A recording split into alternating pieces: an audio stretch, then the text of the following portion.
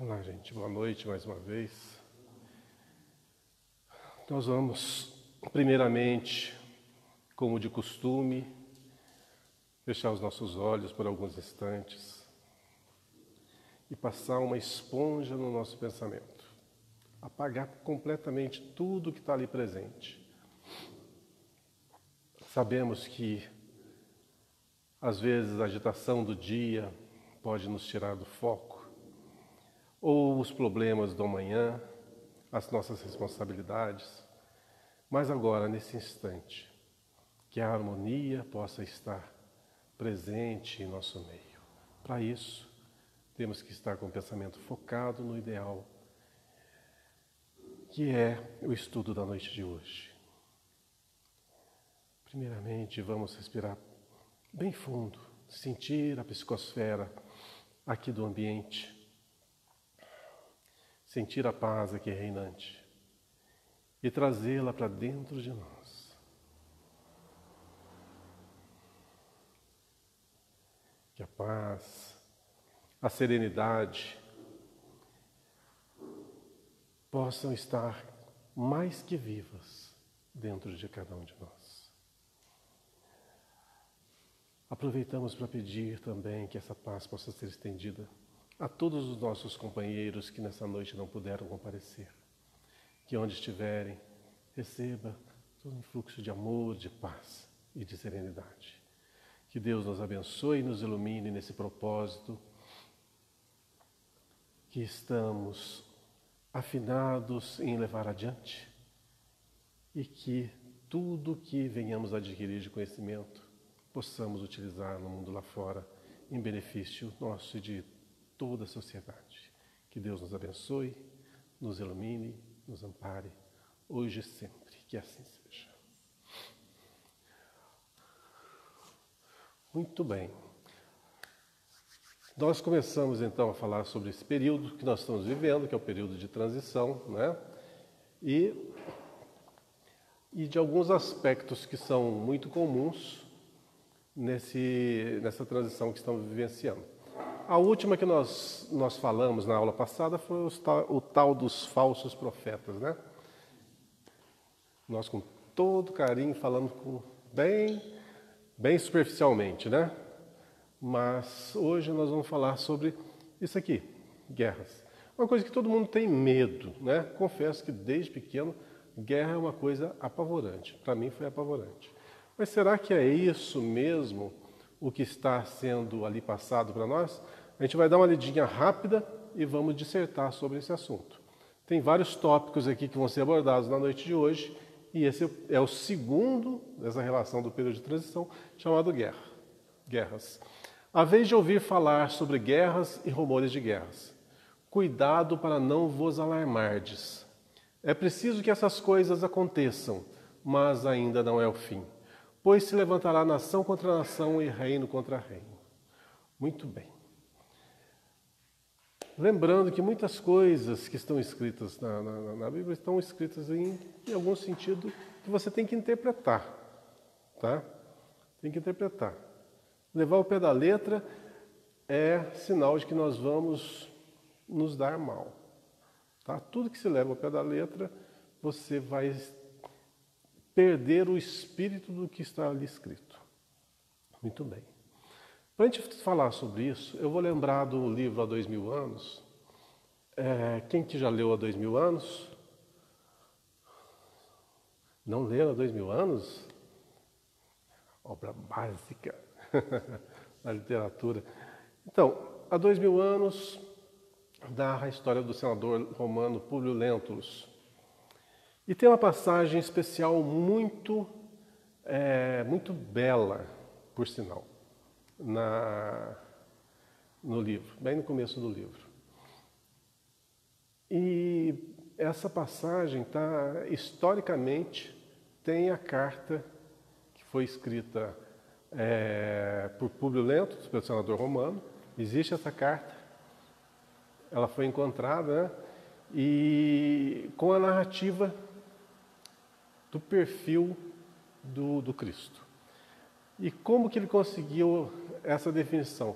No encontro que ambos tiveram. né? Só para quem não sabe a história, eu vou narrar alguns pedacinhos, dar algumas pinceladas. O senador Publio Lentulus era casado, tinha uma filha chamada Flávia. E essa menina, de aproximadamente uns 10, 12 anos de idade, acho, ela adquiriu a hanseníase, a lepra, em Roma. Bom, receberam então a dica de que lá no Oriente o clima poderia propiciar uma melhora da menina. Então eles se deslocaram de Roma para a Palestina. Chegando lá, ao invés, lógico, da menina melhorar, né, houve um pequeno quadro de melhora e depois piorou. E foi acentuando a piora, cada vez mais, até que chegou num ponto que ela estava prestes a desencarnar. E aquela agonia, aquela vontade de fazer alguma coisa, mas não tinha recursos médicos nenhum naquela época. E era a época do Cristo. E a sua esposa ouvira falar, através de uma das escravas que trabalhava em sua casa, sobre o Nazareno, sobre o profeta, que ele fazia curas, né? Que era uma oportunidade de buscá-lo. Aliás, era a última oportunidade de buscar o Cristo. Mas, para o senador romano, isso era terrível, né? O seu orgulho não deixava de forma alguma. Mas o desespero foi tanto que um dia, vendo a piora tão acentuada na menina, ele saiu andando por aí a esmo, tentando encontrar o Nazareno, sozinho. Em determinado local, perto de tipo num parque, perto de um lago, coisa assim, ele senta para descansar e ouve passos. E quando ele se volta, encontra a figura do Cristo. Incrível que nessa passagem, o poder, o magnetismo de Jesus é tão evidente nessa passagem no livro que a gente não consegue dimensionar a grandeza desse Espírito. Pensa bem, o senador romano era quem mandava ali, tinha todos os poderes, Ao bater o seu olhar no semblante do Cristo, imediatamente cai de joelhos. Para isso acontecer, tem que ser um magnetismo muito, muito forte. E não consegue erguer o olhar para mirar o Cristo nos olhos. E começa a chorar. Como a voz está embargada, quem chega para ele e começa o diálogo é o próprio Cristo. Mas um diálogo como se Jesus já o conhecesse, mas totalmente, e com toda certeza o conhecia. E tem ali nesse diálogo uma coisa que é preponderante. Jesus falou assim para o senador: você tem a oportunidade agora de fazer algo mais, de sepultar esse seu orgulho, que há tanto tempo vem te trazendo a bancarrota, né? Tem feito com que ele perdesse inúmeras oportunidades reencarnatórias, que era agora seguir o cristianismo, seguir o Cristo, né? Seguir não a pessoa do Cristo, mas os seus ensinamentos, tornando-se uma pessoa humilde, o que seria um contrassenso para um senador romano, né? Humilde, uma pessoa que adotasse o amor e não aquela prepotência e tudo mais.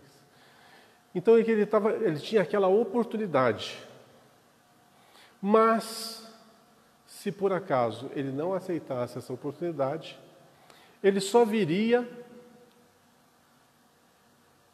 a ter essa nova oportunidade milênios depois. Isso está bem escrito no diálogo. Veja bem, não é um século, não é 2 séculos, não é 5 séculos. Falou milênios depois. Então, o que tem isso a ver com o nosso tema? Vou chegar lá.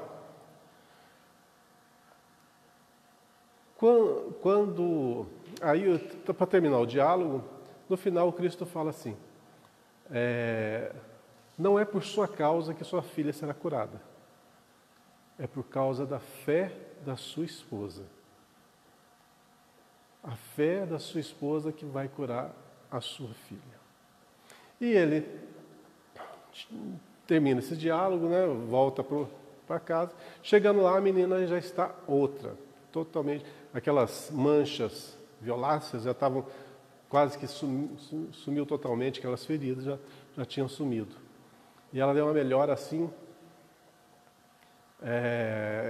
estonteante. E nisso, a serva dirige a palavra ao senador, falando que foi graças à intervenção do profeta. E ele aí cai em si, ele se encoleriza e volta a ser o senador romano. E queria mandar ela castigá-la, etc. Né? Em suma, ele voltou ao normal.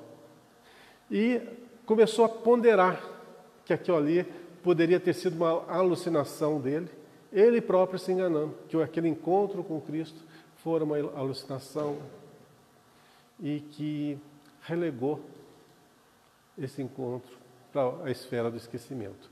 Aí continua o livro, né? Se vocês quiserem lê-lo, aconselho que ou quem quiser assistir a radionovela no YouTube, tem também a radionovela, que é perfeita, é uma maravilha, uma produção assim primorosa da Legião da Boa Vontade. E bom, passa-se essa encarnação, vence outros, vem outras e outras.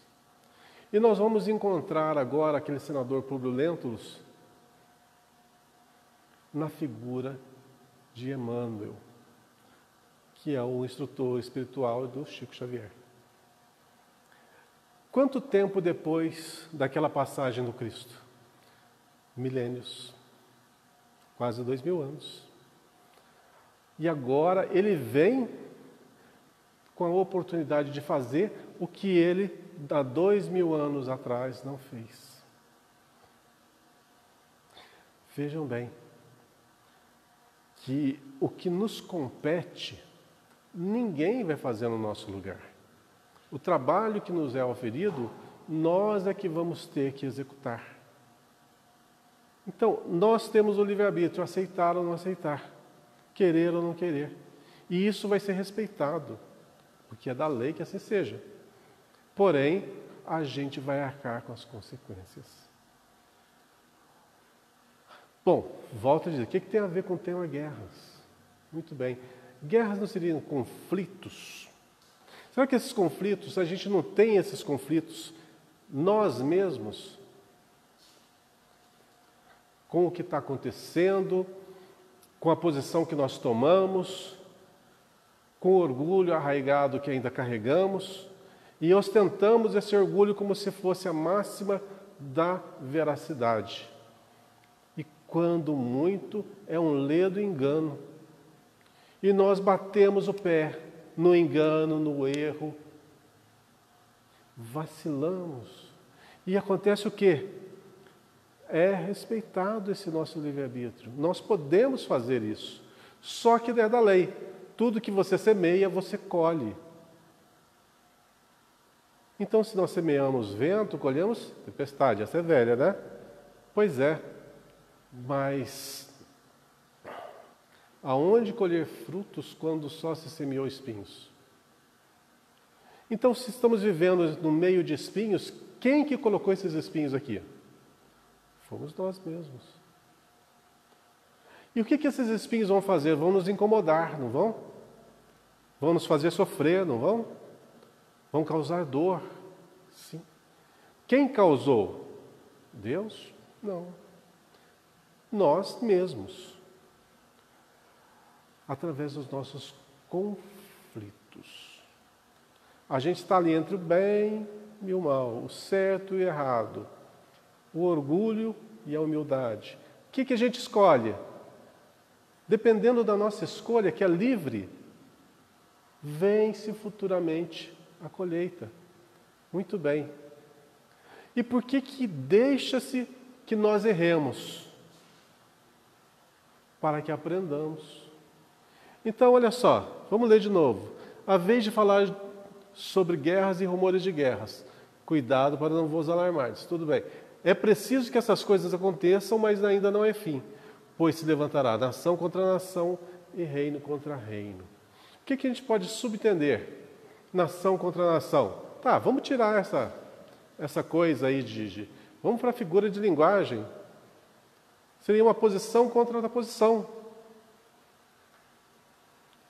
Hoje não tem muito disso. Tem gente que pensa de um jeito, outros pensam de outro jeito, e o conflito ali está estabelecido. Estamos vivendo nessa ordem? Estamos vivendo. É necessário que o conflito exista? É, para que se aprendam. E as escolhas ruins que nós fazemos, elas nos ensinam? Ensinam sim. Por quê? Lá no ambiente da dor, da perda, da solidão, é que a gente vai parar para pensar. Por que tanta injustiça? Por que tanta coisa errada? Por que tanto sofrimento? Porque tudo isso é fruto da sua escolha anterior. Então a gente não pode falar que é injusto, porque quando nós quisemos fazer, nós fizemos, ninguém nos impediu. Mas é justo que o que você faz, você tem que arcar com as consequências. Olha só, as guerras, como todo tipo de violência humana, individual ou coletiva, não são resultantes da vontade de Deus. Concorda? Plenamente. Mas sim expressões do egoísmo e do orgulho. Sempre os dois, né? Os dois amiguinhos. Imperantes nos mundos atrasados como o nosso. Muito bem. Nós estamos numa era de conflitos, sim. Só que os conflitos agora não são mais conflitos entre povos, são conflitos entre ideias. Então, ainda uns estão querendo impor-se aos outros. Qual que é a ideia da guerra? Você usufruir o que o outro pode te oferecer, não é? Você massacra o outro, toma tudo para si. Só que agora a guerra, esse negócio de massacre, matar, né? Dá muito trabalho, gasta muito dinheiro. Agora as coisas mudaram um pouquinho. Dá para você dominar de outra forma, menos belicosa. Mas é uma guerra? Ainda é uma guerra. E utiliza-se para o poder, para adquirir esse dinheiro? Sim.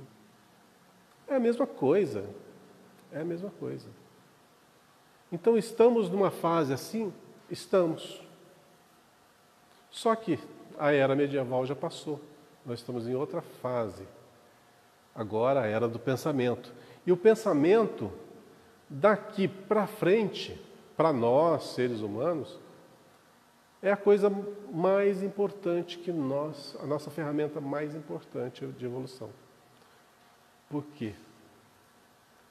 Porque agora nós estamos já saindo daquela fase instintiva e estamos na fase da utilização do pensamento para se sobrepor. Né? Então já não somos mais tão belicosos assim, já não somos tão trogloditas, já estamos numa outra fase. E entrando nessa fase de transição, que saímos do mundo de provas e expiações para o mundo de regeneração, logicamente o conteúdo espiritual de cada um é o que vai contar. Muito bem. A guerra existe porque é a predominância da natureza animal sobre a natureza espiritual e satisfação das paixões. No estado de barbárie, os povos só conhecem o direito do mais forte. Daí porque, para eles, a guerra é um estado normal. À medida que o homem progride... Muda ali para mim, por favor.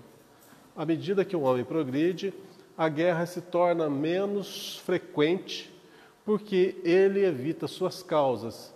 E quando a julga necessária, sabe adicionar-lhe humanidade. Quer dizer, já passamos esse período mais belicoso. Porém, ainda falo que as imperfeições que fazem o indivíduo gerar a guerra ainda estão latentes no ser humano. Só que agora, de uma outra forma que ela se manifesta. Nós temos duas escolhas, o que é certo e o que é errado. O caminho a seguir e o caminho que não devemos seguir. Lembrando a figura lá do Emmanuel, né? A figura do senador Públio Lentulus. Ele tinha a escolha, o caminho, a porta estreita, que seria o caminho da humildade, de seguir o cristianismo. Ou então, ficar ali na pose do senador romano, com todo o poder temporário que ele tinha, absoluto e temporário, totalmente perecível. Quer dizer, se enganava, né? O materialismo tem esse condão de ofuscar a razão da pessoa. Por exemplo, todos nós aqui sabemos que um dia nós vamos morrer. Todos nós sabemos, desde pequenininho. Mas ninguém acredita nisso. A gente vive como se isso fosse uma coisa imaginária. Está lá para frente ainda, tem muito tempo. Você não dá a menor bola. Mais ou menos é isso que aconteceu ali naquela passagem. Por que agora? Agora eu tenho toda a saúde, todo o poder, toda a fortuna para eu viver a minha vida. Por que eu vou abdicar disso em prol de uma ideia? Aliás, o Cristo trazia o quê? Uma ideia. Simplesmente isso. Não prometia nada, absolutamente nada. E o reino dos céus tão falado é aquele reino interior. Era isso que ele prometia, aquela paz aqui, dentro do coração de cada um. Não há nada exterior. Então pensa bem, se hoje em dia isso é difícil de se vender esse produto, imagina 2000 anos atrás, onde esse produto não tinha marketing nenhum, né? É um produto novo, que ninguém conhecia. O pessoal ia comprar? Dificilmente, né? Nos dias atuais, a gente já tem essa possibilidade também. Eu falo que esse período de transição é justamente o período em que nos dão tudo. Você escolhe o que você vai fazer. Por exemplo, temos informação hoje? Temos. Informação fácil e rápida. Você escolhe o que você quer aprender, o que você quer estudar, o que você quer saber. Você escolhe o que você vai fazer das informações que você toma. Você tem contato com todo tipo de cultura religiosa. Você pode escolher qual padrão você vai seguir. Ou não seguir nenhuma. Você tem todos os parâmetros que podem te definir como um indivíduo de verdade. Ser honesto, ser trabalhador, ser bom pai de família, mãe de família, bom filho, atuante na sociedade, filantropo, caridoso. Você tem todas essas possibilidades a serem cultivadas em seu íntimo. Mas você pode ter também o quê? Não quero saber de nada disso, quero viver para mim, quero ir somente para as baladas, só quero curtir, só quero me apropriar do que o prazer pode me proporcionar. E quero tudo que é matéria, que esse meu corpo, ainda sadio, pode me propiciar. Aproveitar a beleza e etc, etc. Ou seja, um culto ao materialismo. Posso fazer isso? Posso. Então estamos numa fase em que o Cristo não precisa aparecer para a gente e falar assim, que lado você vai? Não, você tem as duas bandejas aí para você escolher. E de acordo com sua escolha pessoal, O que vai acontecer daqui para frente vai depender justamente dessa escolha. Pode ser que essa nova oportunidade de você se reformular, você se tornar uma pessoa, um homem de verdade, uma mulher de verdade, um ser de verdade, você tem a possibilidade agora. Ou se escolher outro caminho, só daqui, talvez, a alguns milênios, como aconteceu com Emmanuel.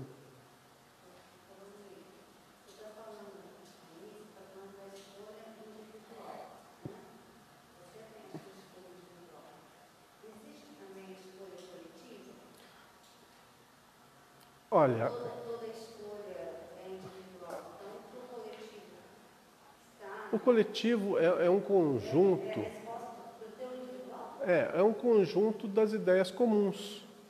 Então, se tiver aqui um grupo de pessoas que estão aqui a estudar o Espiritismo, quer dizer, a ideia comum é esta, a ideia geral, certo? Porque estão unidos num ideal. Mas, para haver o coletivo, tem que ter o individual, né? As escolhas individuais. Então, você ir no coletivo, eu falo que não, que a coletividade responde por um, não, é escolha. É escolha. Então, a escolha, por exemplo, de tomar uma atitude que possa... Quer dizer, são pontos de vista, né? São ideologias, como você já tinha falado. Então, por exemplo, se de repente um grupo de pessoas opta por uma atitude totalmente equivocada, então foram escolhas equivocadas. Mesmo que essas escolhas equivocadas prejudiquem o grupamento de pessoas. Não é assim? Então, quer dizer, escolhas individuais que possam prejudicar ou ser uma guerra. Pode ser. Imagine, vamos simplificar. Imagina um grupo de amigos, jovens, adolescentes, aí. Uma turminha de 10 pessoas. Sai para passear na rua. Aí a turminha fala assim, vão apertar a campainha da casa e sair correndo? Dos 10, 9 aceitam a fazer isso. Vai lá, aperta a campainha e sai correndo. Um não aceita. Fala, não quer fazer isso. Mas está ali no meio. São amigos, estão juntos, se divertindo, né, passeando. Mas um fala, não, isso eu não vou fazer. É a escolha dele. Embora todos estejam imbuídos num ideal, você pode recusar.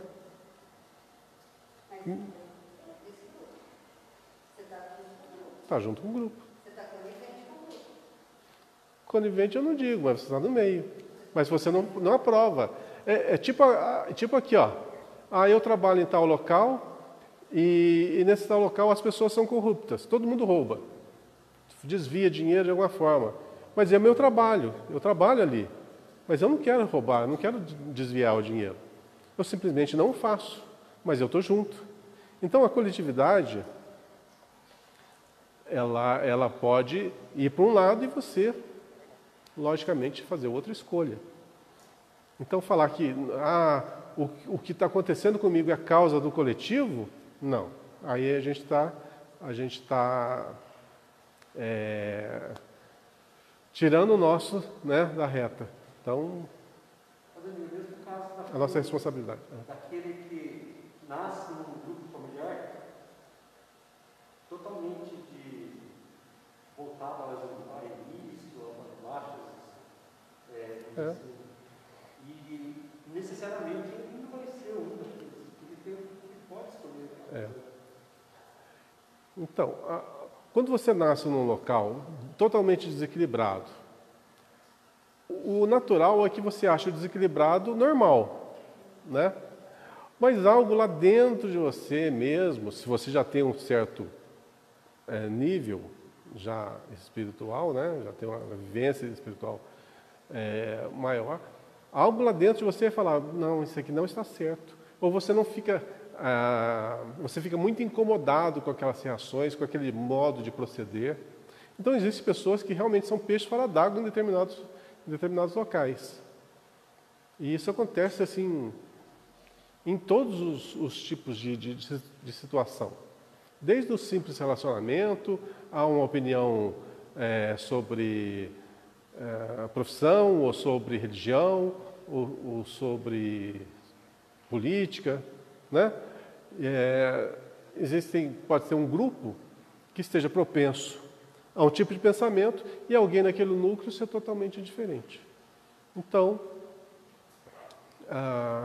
como cada um tem seu histórico, tem seus porquês, cada um tem a sua resposta para cada situação da vida, é uma pergunta difícil de você generalizar, né? É uma coisa que você tem que realmente individualizar e estudar caso a caso. Catástrofes naturais. Dizia-se que nesse período de transição, que aconteceria enormes catástrofes, né?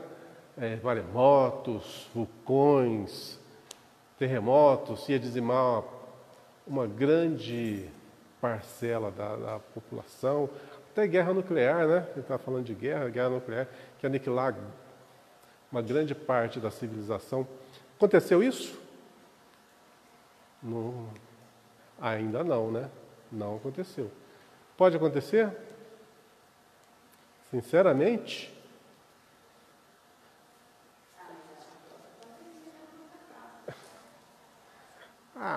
Mais ou menos, né? Mais ou menos, né? Mais ou menos. Chamo de catástrofe essa pandemia. É um flagelo, né? É um processo que atinge muitas pessoas. Atinge. Geralmente, os equipamentos mais vulneráveis. Mas olha só. Vamos raciocinar em cima desse negócio. É uma coisa que foi para o mundo inteiro? Foi, né? O mundo inteiro. Não quer dizer que está todo mundo envolvido. Certo? Se foi para o mundo inteiro, está todo mundo envolvido nesse processo. Podia fazer parte desse período de transição, essa catástrofe, essa pandemia? Vocês acham que estava previsto isso?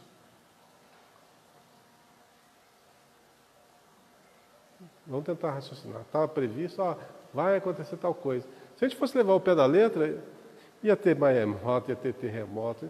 Não, isso aí é ação isolada do ser humano. Se não fosse a ação humana, não haveria isso.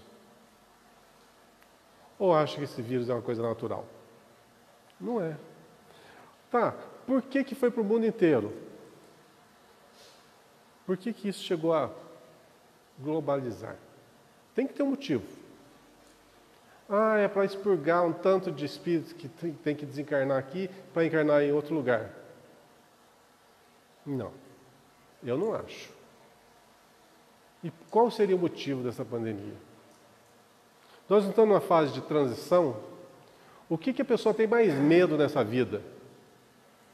O que a pessoa tem mais medo? De morrer. De ficar doente, de ficar numa cama. Todo mundo tem medo, de pavor disso. Tá. Alguns vão chegar a esse estágio? Vão. Mas, se você pegar ali 7 bilhões de pessoas que tem no mundo, aí faz a continha matemática. Quantos que morreram pela pandemia? Tira ali o percentual. É bem um percentual muito pequeno em vista dos bilhões de pessoas. Se fosse uma coisa mesmo para valer, tipo a gripe espanhola, que ela dizimou, acho que metade, se não me engano, né? Metade da população lá da Europa, se não falha a memória. Mais ou menos isso, metade. Pensou se isso acontecesse agora? E aconteceu há 100 anos atrás só. E por que tudo isso?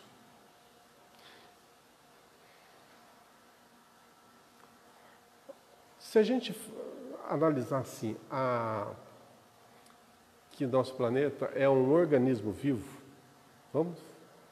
vamos subentender que faz de conta que a Terra é um organismo vivo. O que acontece quando começa a entrar alguns corpos estranhos nesse organismo vivo? Ele não põe para fora? Não rejeita? Não reage, não reage?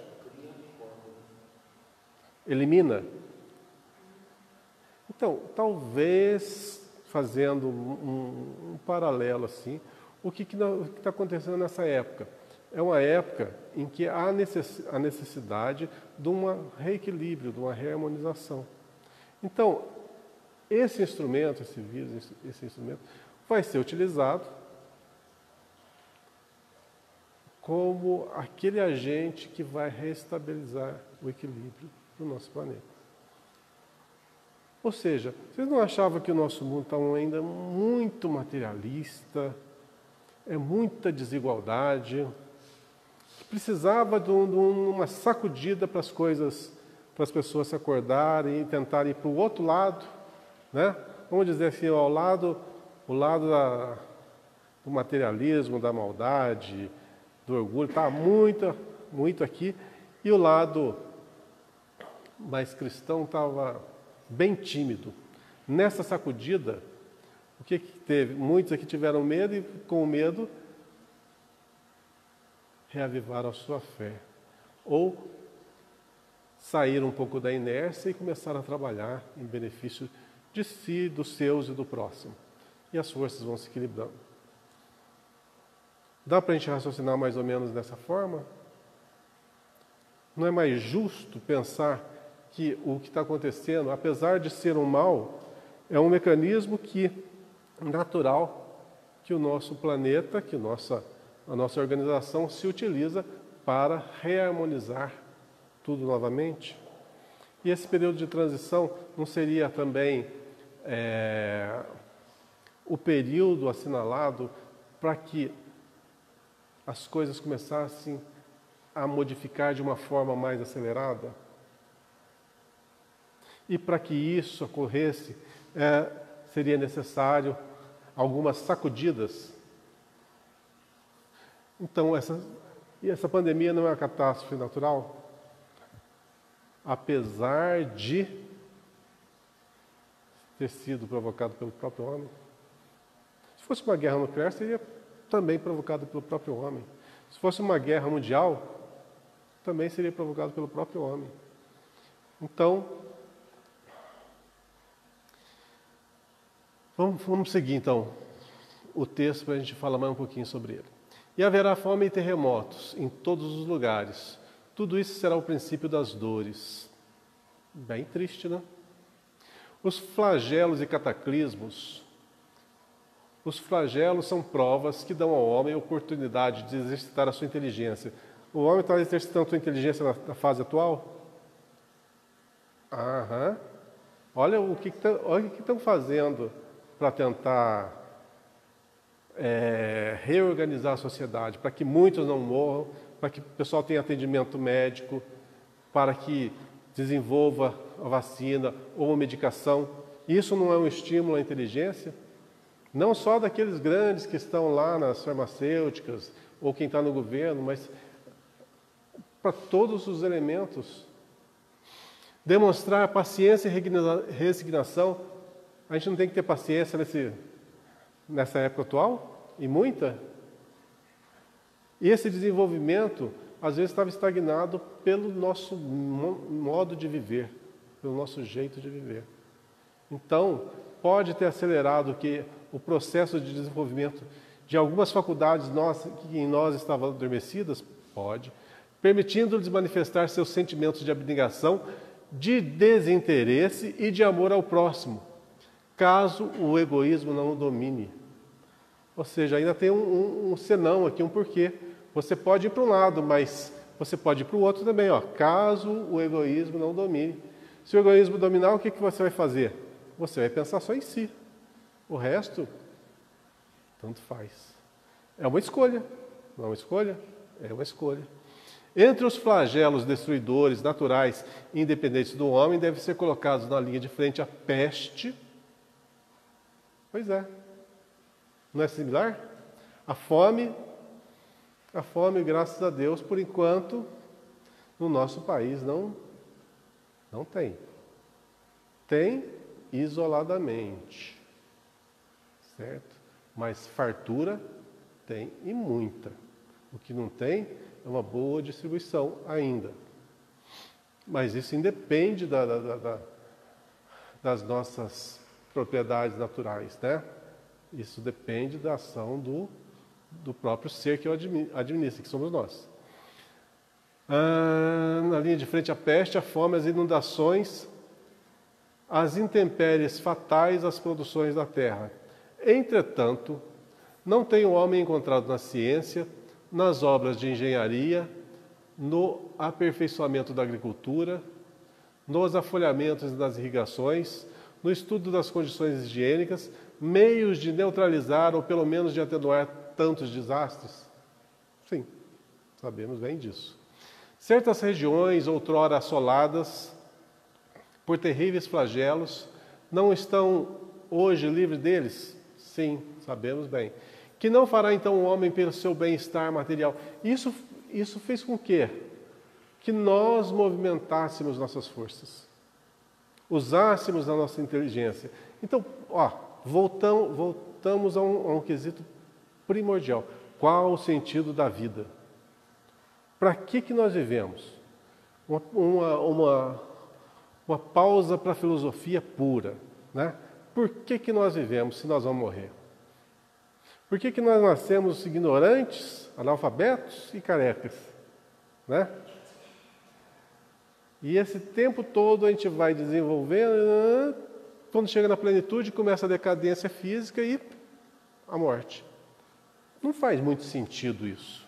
Não faz sentido nenhum, se a gente olhar pelo lado puramente materialista. Fale um sentido, um só, de que, isso é assim porque tem que ser assim.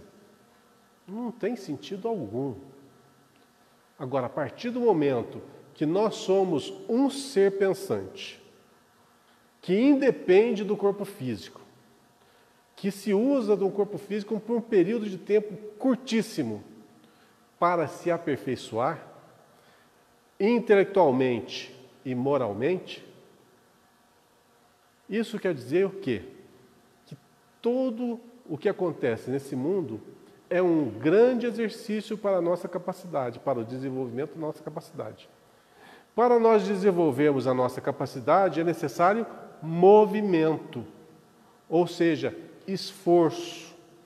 Se não houver esforço, não há conhecimento, não há aperfeiçoamento, não há mudança. Então, quando a gente está muito em marcha lenta, a gente se acomoda com o que tem. Do jeito que está aqui está bom. Como que faz essas pessoas, nós, sermos sacudidas? Com as dificuldades. Eu posso ter uma dificuldade aqui, financeira, física, etc. Mas e quando é para todo mundo? Tem que ser algo no coletivo, né? E isso vai fazer com que todos se mobilizem? Sim. Vai acelerar o processo de desenvolvimento de todas as pessoas do mundo? Sim. Muitos vão se utilizar dessa fase para enriquecimento ilícito, para ficar mais rico do que já é, ou ter poder sobre outros mais do que já tem? É escolha. Ele fez a escolha. Lembra lá Emmanuel. O que você escolhe? O Cristo ou as coisas da terra? É a fase que nós estamos vivendo. O que nós escolhemos? O que é correto? O que nos desenvolve as potências? O que nos faz trabalhadores, ativos? O que nos faz protagonistas de uma sociedade muito mais bem delineada, muito mais bem justa, ou então aqueles velhos e arrogantes ladrões, usurpadores, ditadores, aproveitadores, narcisistas. É escolha nossa. Fase de transição é isso, é escolha. Te dão uma oportunidade, escolhe. O que você quer? O que você escolher é justo. Ninguém vai impedir você de escolher o outro lado. Ninguém vai falar para você, ó, tá aqui, vai por esse lado. Não, a escolha é sua. Tem a propaganda do bem, tem a propaganda do mal. No mesmo peso, você escolhe. E isso tem que ser assim? Tem que ser assim. Por quê? Senão é imposto. O que é imposto não é adquirido. Ou seja, alguém impõe e você faz. Isso não quer dizer que você quis fazer. Você foi obrigado a fazer, mesmo sem querer. Na primeira oportunidade você vai fazer de outro jeito. Então, por isso a liberdade. Você tem a liberdade de agir. Só que as consequências da sua ação são totalmente suas. Seguindo, onde que eu parei?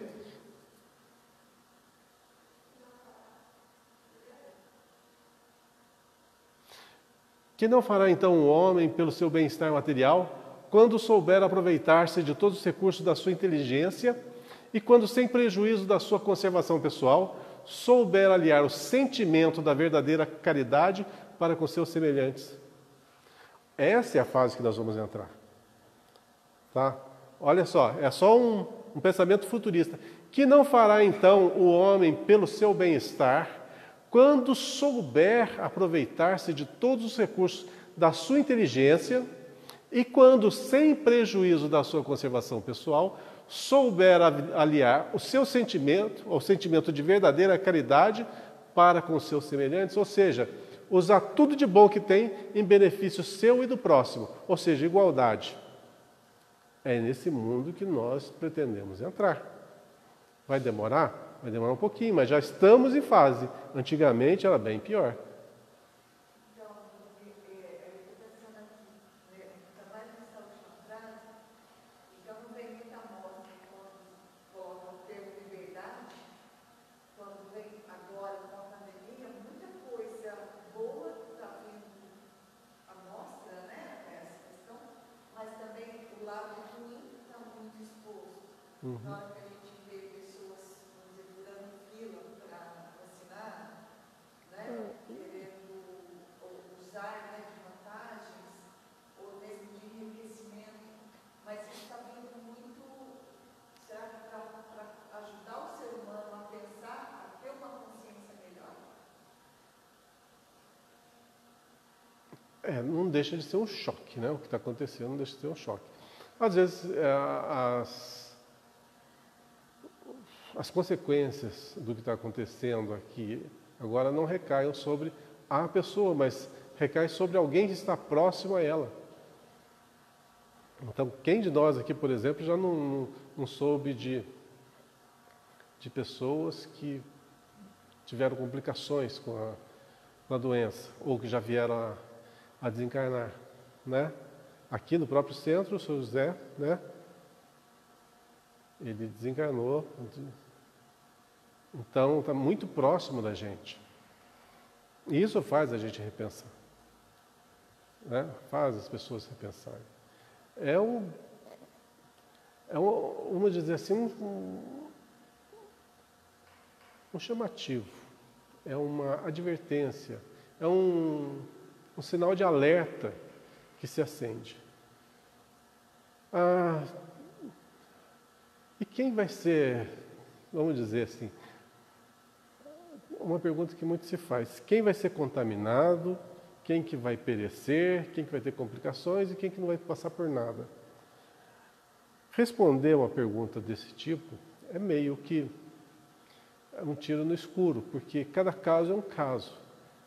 Como eu sempre digo, né? Não dá para generalizar. Tipo assim, esse vírus só vai atingir as pessoas que são más, que tiver uma vibração, sintonia vibratória negativa. Estou errado. Aí você vê claramente, tal pessoa não tinha nada que o denegrisse e foi vítima dessa doença. Então, cada caso é um caso. Então, o que nós podemos aprender com essa pandemia? Aprender que a vida, primeiramente, é muito tênue.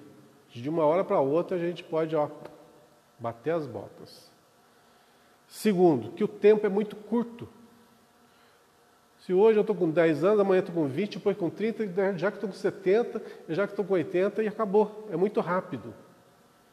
E nesse tempo todo, o que a gente fez? O duro é chegar lá no final da caminhada, olhar para trás e falar assim, estou de mãos vazias, não fiz nada, não trouxe nada comigo. Não consegui pegar nada nessa caminhada. E volta para a verdadeira vida. Aí que está o X da questão. Acho que a chave de todos os enigmas nossos é esse negócio. Que muita gente fala assim, eu não acredito que tem vida depois da morte. Eu não acredito que tem plano espiritual. Não acredito. É uma questão de inteligência. Não estou chamando ninguém de burro, não. Tá? É uma questão de parar e pensar.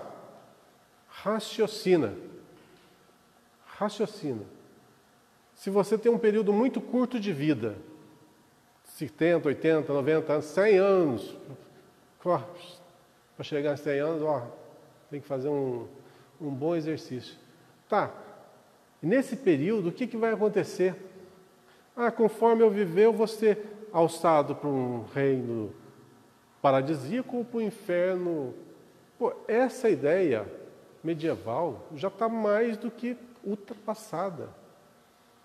Ninguém mais se satisfaz com uma ideia tão rudimentar.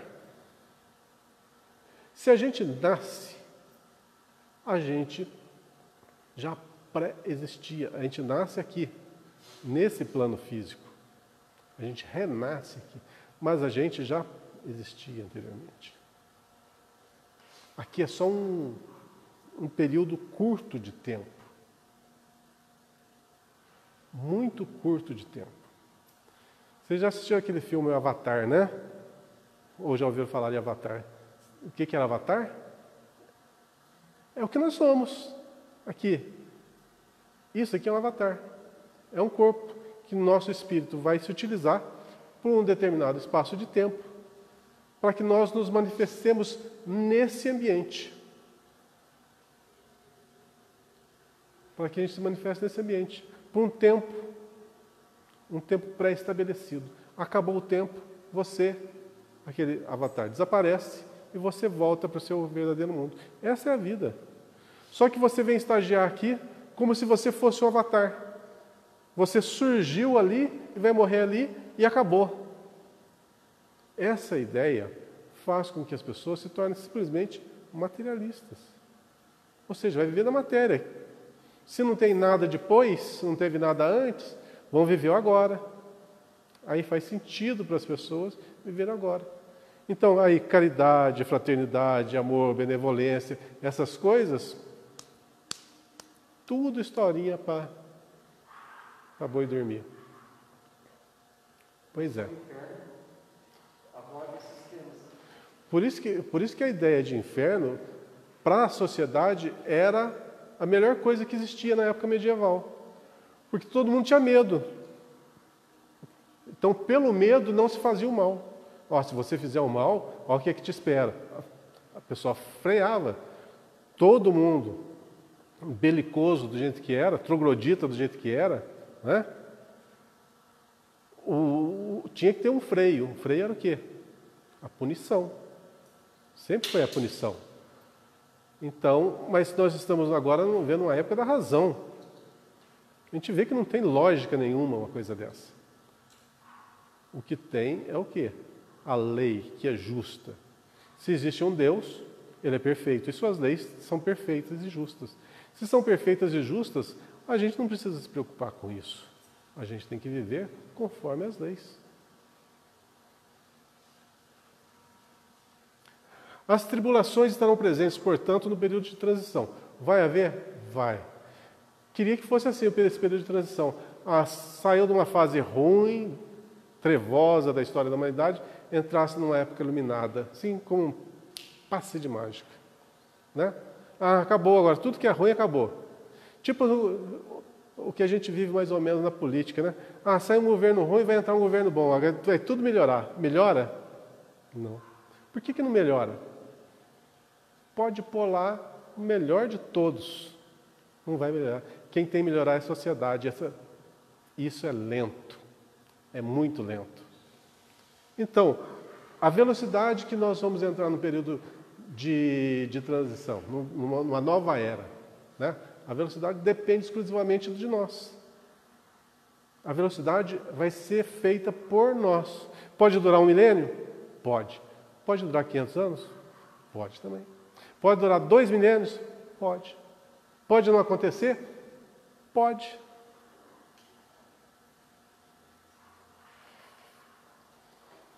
Se depender da gente, só que existe, logicamente, nós temos uma esfera de ação, né? O nosso livre-arbítrio vai até certo ponto. A partir de certo ponto, o que impera são as leis naturais. Por isso que a gente sabe o que vai se suceder. Que as leis naturais tomam conta de nós. Se dependesse da gente, estaríamos em maus lençóis. Assim, é necessário que o homem se esforce, homem se esforce por adquirir a força necessária, capaz de transformá-lo em pessoa do bem. Então, ninguém se transforma em pessoa do bem porque entrou com a religião. Porque pensou assim, agora eu vou ser caridoso. Agora eu vou ser uma pessoa boa. Mais espiritualizada. Não, isso não acontece. Tem muita gente que fala assim, eu encontrei Jesus, agora eu sou uma pessoa mudada. Já ouviram falar isso, né? Mudou nada. Mudou muito pouquinho. O que acontece? Mas tem gente que fala assim, eu bebia, eu frequentava jogos, eu fazia isso, fazia aquilo, encontrei Jesus, não faço mais nada disso. Ótimo. Você deu o primeiro passo. A questão que eu falo é a seguinte, você não bebe, mas sua vontade de beber passou? Você não joga, mas sua vontade de jogar passou? Você não faz tal coisa, mas a vontade de fazer aquela coisa passou? Não, ela está refreando. Ela fala assim, eu não posso fazer isso, porque se eu fizer isso tem aquela consequência. Quer dizer, aquilo lá está latente nela ainda. Como eu falei, ela deu o primeiro passo, ela não está fazendo, mas não quer dizer que a mudança aconteceu. Toda mudança é lenta, é bem lenta. Por isso que nós estamos vivendo um mundo ainda de provas e expiações. Você disse que mudou, certo? Beleza. Faz de conta que eu sou um espírito, estou desencarnado, estou no plano espiritual. Certo? Estou no plano espiritual, vocês estão encarnados aí, eu estou desencarnado aqui. Beleza? Então, chegam para mim e falam assim, você tem que reencarnar. Você fala que é bom, você vai nascer de novo junto a todas aquelas pessoas, com suas imperfeições, e você vai ter que ser uma pessoa boa ali no meio. Você fala que você não tem mais vícios, você vai nascer no meio de todas aquelas pessoas que têm vícios e você não vai se contaminar pelos vícios dela. Você é honesto, você vai nascer num meio onde a sociedade ainda é corrupta e você não vai se corromper. Aí você, no caso eu, né? Reencarno nesse meio, passo uma borracha, não esqueço de tudo e renasço do zero ali e vou evoluindo, vou desenvolvendo, né? Vou crescendo, desenvolvendo e nesse desenvolvimento eu tenho que demonstrar aquilo que eu falei lá atrás, que eu sou honesto, que eu não me corrompo, que eu não me vicio. E se eu chegar a termo, no final da minha existência, e realmente isso não aconteceu, quer dizer o quê? Que eu passei na prova. Por isso, nesse mundo chamado de provas e expiações. Não basta falar. Não basta falar, eu sou bom. Você tem que provar que é bom. Ah, eu sou honesto. Não, você tem que provar, você tem que ser honesto na prática. Oi. Você, quando faz a escolha, por exemplo, a gente estudou anteriormente, né? Tudo dependia da vontade da gente, de querer melhorar, de ser uma pessoa boa, fazer a caridade, enfim. Quando as pessoas têm esse propósito, né, cada um individualmente, já que é escolha individual, vai influenciar no coletivo. Se um grupo de pessoas tem esse propósito, né, que é o propósito de, como a gente que está aqui nesse propósito de buscar alguma coisa, se tornar uma pessoa do bem, né, de corrigir as nossas imperfeições. Isso não gera no coletivo, né, uma energia que possa, uma energia boa de transformar as pessoas, já que o nosso propósito é esse, as pessoas que convivem com pessoas, o coletivo também não será afetado por isso, assim como as pessoas que escolhem, né, um mal, as pessoas que estão ao seu redor também vão ter a influência do mal. Sim. Não é Sim. isso, não existe Aham. esse universo coletivo, vamos assim dizer, de Sim. acordo com as suas escolhas, você vai atrair, né? Uhum. Pessoas que pensam bem e pessoas que pensam mal. Aham. E existe também aquelas pessoas que vivem na inércia, que tanto não do lado nem do outro. Tanto faz, tanto fez. Né? Tanto faz, tanto fez. Tanto faz, tanto São fez. verdadeiras que É. não tiveram propósito. É assim. É. Nós estamos aqui no entre nós aqui, esse grupo. O que eu penso, só meu pensamento está influenciando na psicosfera desse ambiente. Quando a gente faz a prece inicial, qual que é a finalidade? Juntarmos todos os nossos pensamentos num ideal só, que é o estudo. Quando a gente faz isso, o que a gente cria? Um ambiente propício para aquilo que nós nos destinamos.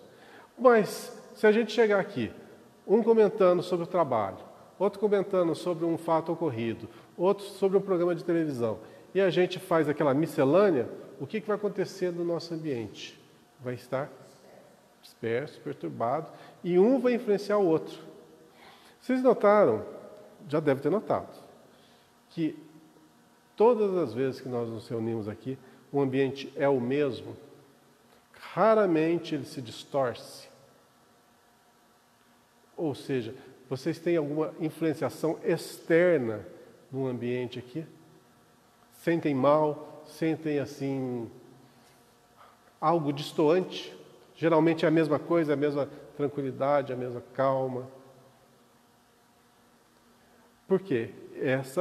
Esse é o reflexo do pensamento de todos nós. Mas já houve casos, muitas vezes, de virem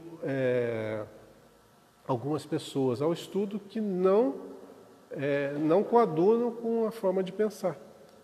E faziam perguntas desconexas, faziam perguntas particulares, ou seja, tirava o foco. E isso desequilibrava? Era desequilibrante? Era. Então, por que eu estou falando isso tudo?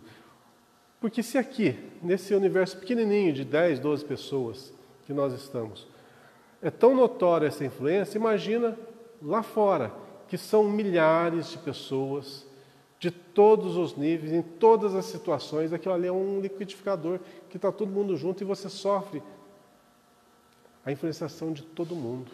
E você, consequentemente, também influencia. Por isso que a gente fala sempre, olha, não adianta falar, só falar, tem que ser, porque o ser, você influencia muito mais. Tem muita gente te olhando, tem muita gente te vendo, e você fala e faz outra, fala uma coisa e faz outra, você já está desmascarado ali. Mas quando você não fala, mas você age, e age sempre da maneira correta, está todo mundo te observando. E isso influencia e muito. Então você ser a pessoa do bem, ser a pessoa correta, ser a pessoa justa, ser a pessoa honesta, influencia E muito, muito mais do que palavras que a gente pensa assim, eu tenho que falar com tal pessoa, eu tenho que falar com ela. Não, você tem que ser, porque o seu exemplo vai arrastar muito mais do que suas palavras. E influencia, sim. Faz a diferença, sim. Se os bons fossem menos tímidos, o nosso mundo estaria muito melhor. Então há necessidade da gente se expor um pouquinho mais. Se é que a gente é bom, né? Certo. Eu vou voltar também à questão que a gente estudou também no passado, da prece. Pode falar. Da prece. Eu acho que quando a prece, ela também tem esse propósito do bem, ela também influencia o coletivo, não? O que é prece? Não aquela prece que a gente já discutiu.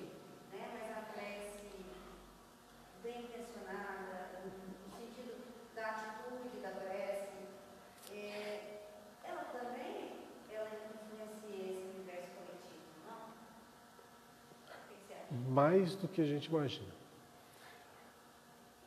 Geralmente, a gente... sobe um pouquinho para mim, por favor. A gente pensa assim, rezar não dá nada, não. Não muda nada. Eu rezo, não acontece nada. Ninguém muda, as coisas não modificam, está tudo na mesma. Mas tal pessoa, quando ela reza, as coisas melhoram. Vocês já ouviram? Geralmente vai atrás de uma pessoa que tenha mais ascensão, tipo assim, um pastor, um padre. Todo mundo canaliza. Tal pessoa é mais espiritualizada. Então a oração dela tem muito mais peso. Não pensa-se assim?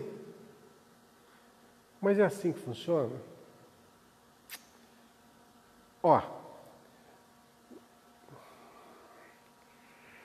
Vamos lembrar uma frase de uma pessoa mais ou menos conhecida.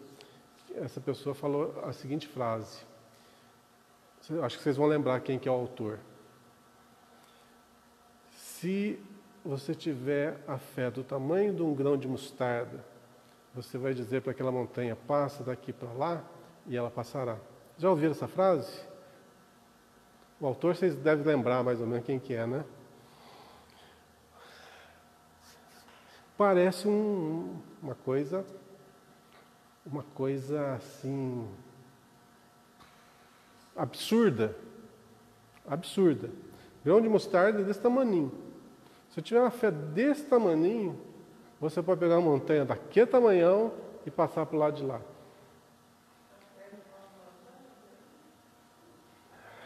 É uma figura de linguagem, né? Que você vai esforçar com a fé ali, que você não vai tirar aquela montanha daquele lugar. Bom, é uma figura de linguagem, mas eu acho que de todo o Cristo não perderia seu tempo de vir a esse mundo, que é um tempo bem curtinho que ele teve nesse mundo, para falar figura de linguagem para a gente. Pensa bem, todo esforço que ele fez para vir encarnar aqui, para deixar uma lição para todo sempre. Não foi para 2000 anos atrás, foi para todo sempre. E ele afirmou, se você tiver uma fé do tamanho do grão de mostarda, você pode fazer muita coisa. Muito bem, vou associar a outra frase, de outra pessoa, essa já é menos conhecida, que falava assim, quanta energia tem no teu corpo? Quanta energia condensada tem no teu corpo?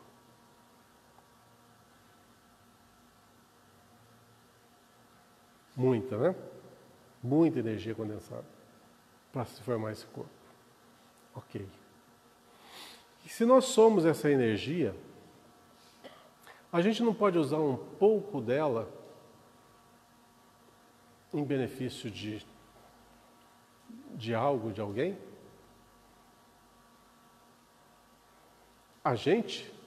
Nós somos energia.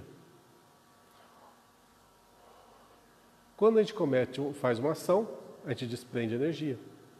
Quando o nosso pensamento entra em ação, o que ele consome? Energia. Tudo é energia. E se eu direciono a minha energia para uma determinada ação, eu posso realizá-la? Aí voltamos à questão da prece. O que é a prece? É quando você junta a sua concentração, você pega todas as suas energias e você a condensa para um determinado fim. Mas se você não fizer essa concentração, você não fizer esse ajuntamento dessa energia, essa canalização, vai ter algum efeito? Se eu pegar, vamos rezar aqui um Pai Nosso, um pensamento lá na Lua, vai acontecer alguma coisa? Não. É a palavra que vai fazer a ação? Não. É o pensamento.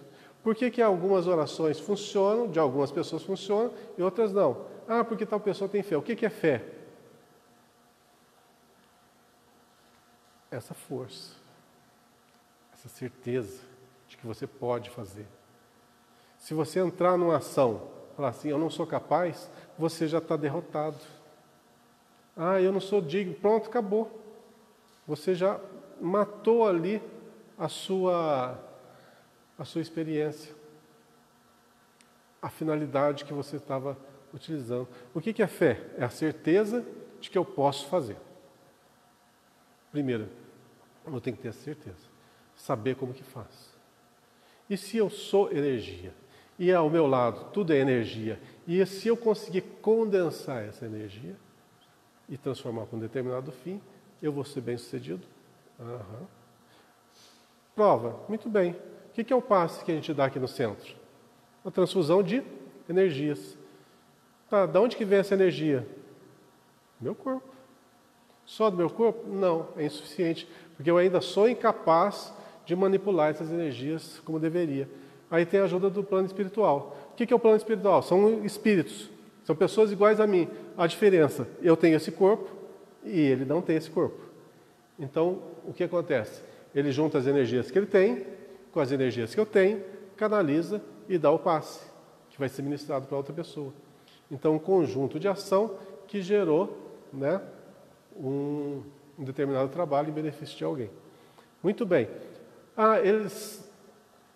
Somente o que eu pensei, as minhas energias físicas e mentais, unidas à energia do meu mentor espiritual, são suficientes? Não. Eles utilizam muitas energias do ambiente. Canaliza tudo em benefício de tal pessoa. Muito bem. É todo um processo. Às vezes pode parecer um pouquinho complexo, né? Mas que na realidade é o quê?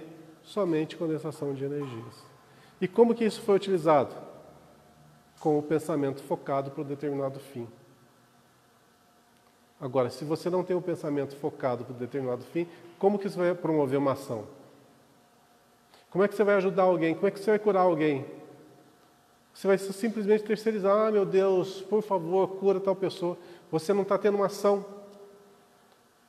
Mas quando a pessoa, mesmo que indiretamente, ela tenha essa fé, ela tenha essa força, ela pode promover uma cura, uma melhora, sem saber. Então, da onde que vem o resultado? O resultado vem das forças que nós conseguimos juntar para um determinado fim. Do querer. Tá? Do querer, do poder. Eu posso, eu quero, eu vou, eu faço. Por que tem tão poucos passistas aqui no centro? Porque as pessoas não querem. Elas se acham que, eu sou ainda muito pequeno para fazer tal coisa. Então, a mesma energia que eu tenho, todos têm. Qual que é a diferença? É querer fazer, querer canalizar, querer executar aquilo. Só isso. Afirma Kardec a propósito. Vamos lá, vamos ver um textinho de Kardec para a gente terminar hoje. Nossa, já estou de hora? Sim, por certo a humanidade se transforma, como já se transformou em outras épocas. E cada transformação é marcada por uma crise. Cada transformação é marcada por uma crise, que é para o gênero humano o que são para os indivíduos as crises de crescimento. Crises muitas vezes penosas, dolorosas, que arrastam consigo as gerações e as instituições, mas sempre seguidas de uma fase de progresso material e moral. Uma frase que eu vi desde o primário, sobre o caos, né? O caos é necessário, esqueci o comecinho dela. Ai daquele que provoca o caos. Não, não é isso, não. Não, a frase é mais ou menos assim, o caos é necessário. Por quê? É no caos que todo mundo se reergue, mais forte e mais atuante. Às vezes quebra-se aquela inércia e reconstrói uma sociedade muito mais forte depois de uma calamidade. Tendo chegado a um desses períodos de crescimento, a humanidade terrena está plenamente, há quase um século, no trabalho de transformação. É por isso que ela se agita por todos os lados, presa de uma espécie de febre e como que movida por uma força invisível, até que retome o equilíbrio sobre novas bases. Vou ler de novo, só para a gente pegar. Estou lendo um pouquinho rápido, por causa do horário. Vou ler de novo, prestem bem atenção. Ó. Tendo chegado a um desses períodos de crescimento, a humanidade terrena está plenamente, há quase um século, no trabalho de transformação. É por isto que ela se agita por todos os lados, presa de uma espécie de febre e como que movida por uma força invisível, até que retome o equilíbrio sobre novas bases. É o que está acontecendo nos dias atuais? Vocês acham que é mais ou menos o que está acontecendo nos dias atuais? Isso aí foi escrito por Kardec em 1850 e alguma coisa. 1850 e alguma coisa. Quase 200 anos atrás. Como é que se... O século que ele está falando aí. Hã? Passou até mais do que o século. Passou mais que um século. Uhum. Quem a vir, então, se achará muito mudado em seus costumes, em seu caráter, em suas leis, em suas crenças. Numa palavra, em todo o seu estamento. Não conheço essa palavra. Você conhece?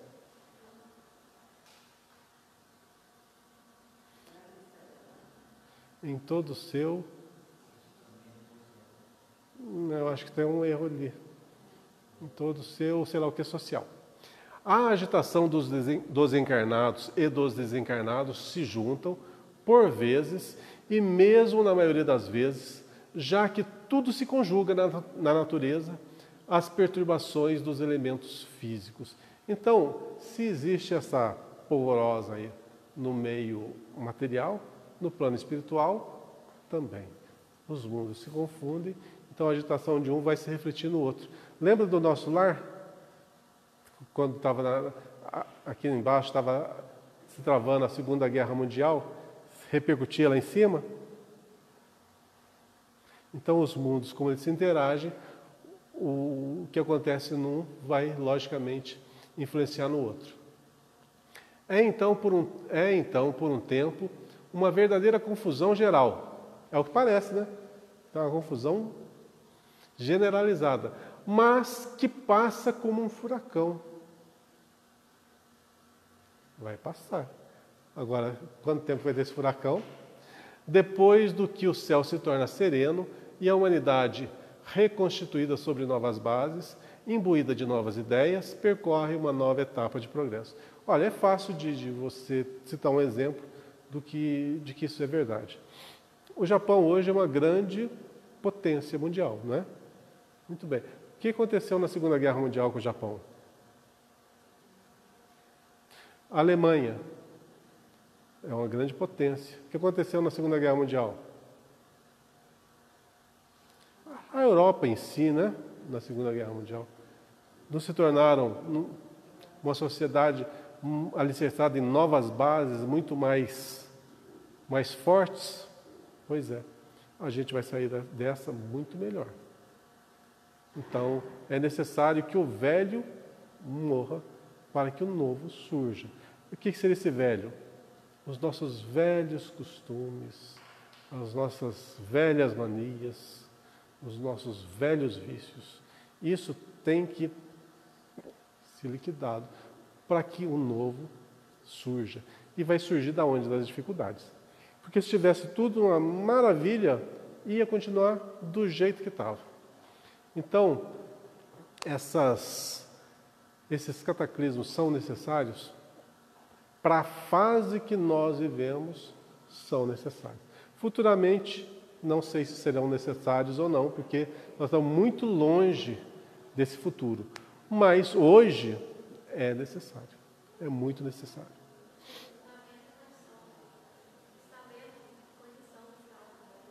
Ah, é?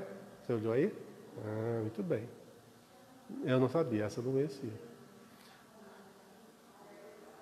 Em toda a sua condição social, então. Viram, aprenderam?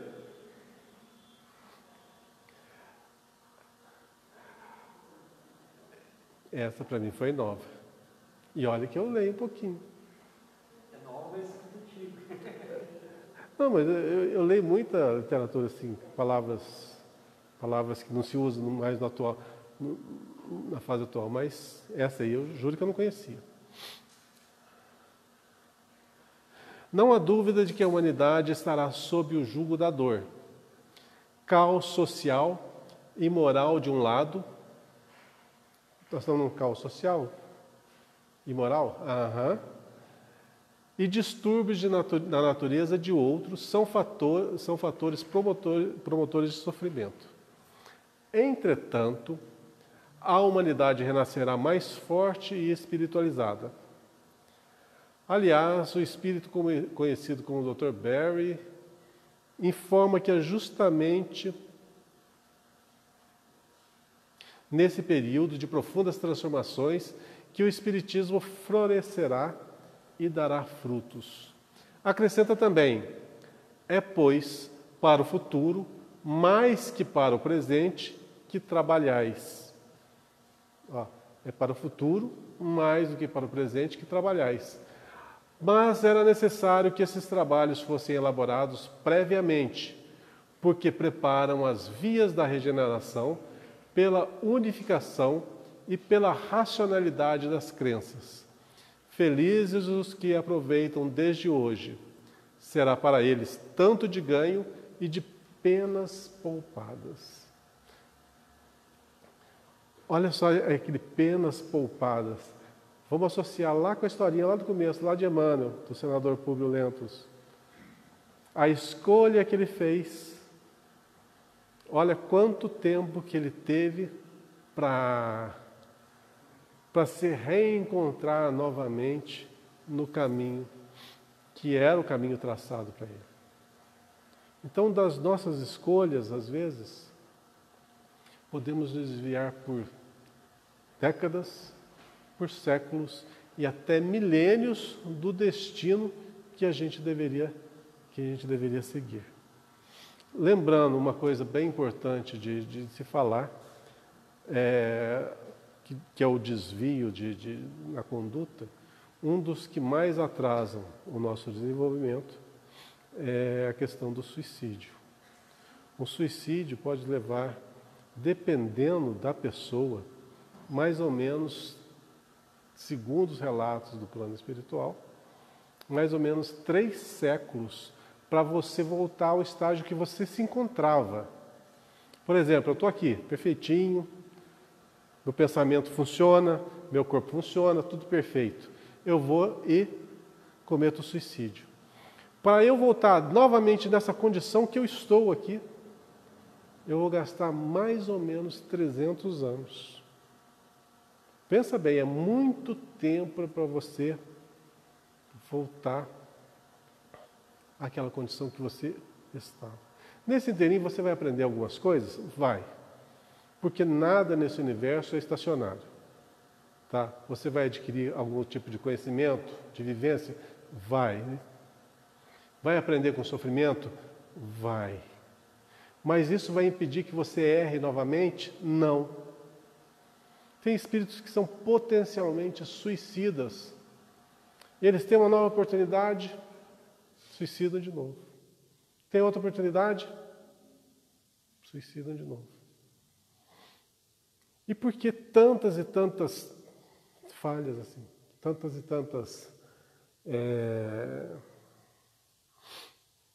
ações equivocadas?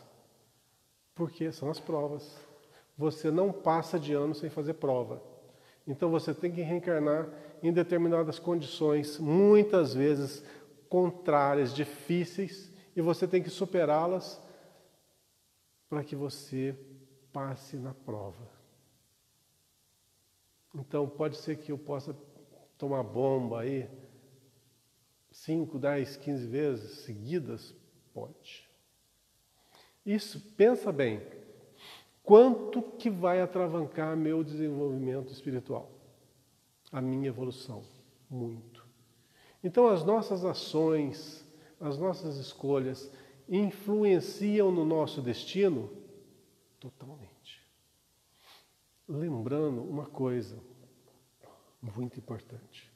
Para quem já leu o livro Os Exilados de Capela, para quem já leu o livro A Caminho da Luz, de Emmanuel, vai saber que nós,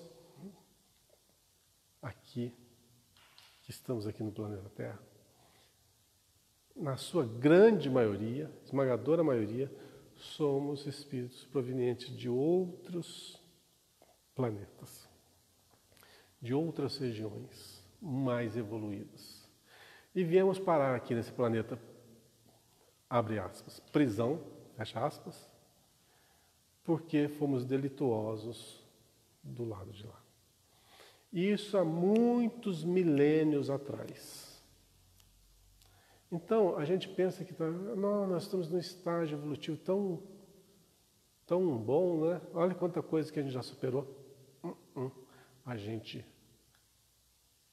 teve a possibilidade de renascer aqui e reerguer uma sociedade do zero. Essa é a nossa prova. Nós estamos numa condição agora melhorzinha, mas pegamos o planeta naquela fase embrionária. E lembrando que nós já pré-existíamos antes desse período. Então, era para a gente estar muito mais avançado. E se hoje estamos aqui, é porque perdemos muito tempo. Então agora, nessa fase que nós estamos de despertamento da consciência, que a gente entende quem que nós somos, de onde viemos, para onde vamos e o que nós estamos fazendo aqui, então é hora da gente parar, refletir nos atos, nas escolhas que iremos fazer. Elas são primordiais para o futuro que nós estamos delineando. A gente pode tomar bomba de novo? Pode. Mas espero que a gente não tome bomba. Espero que a gente entre realmente nessa fase de regeneração, que o mundo seja mais equilibrado, como está se pintando por aí. E nós temos aí mais ou menos nessa fase de transição 1000 anos para a gente brincar, né? Para a gente aprender, para a gente colaborar, para a gente desenvolver. Lembrando que uma coisa bem interessante, bem importante de se ressaltar, nós somos imortais. Então, para o espírito que habita nesse corpo aqui, 100 anos quer dizer menos que um dia. Tá? Então, que não percamos esse dia. Que façamos o melhor esse dia para que amanhã tenha-se um dia muito melhor. Fui para cá já? Nossa! Semana que vem nós vamos para o item 2, a razão de ser do período de transição. Tá? Vamos abordar essa temática aí. Logicamente que esse capítulo todo, esse módulo todo, fala sobre essa fase que estamos vivendo, período de transição. Ok? Gente, é isso aí. Por hoje é só. Semana que vem tem mais. Uma boa semana para vocês. Tudo de bom. Já que a gente se reencontra de novo.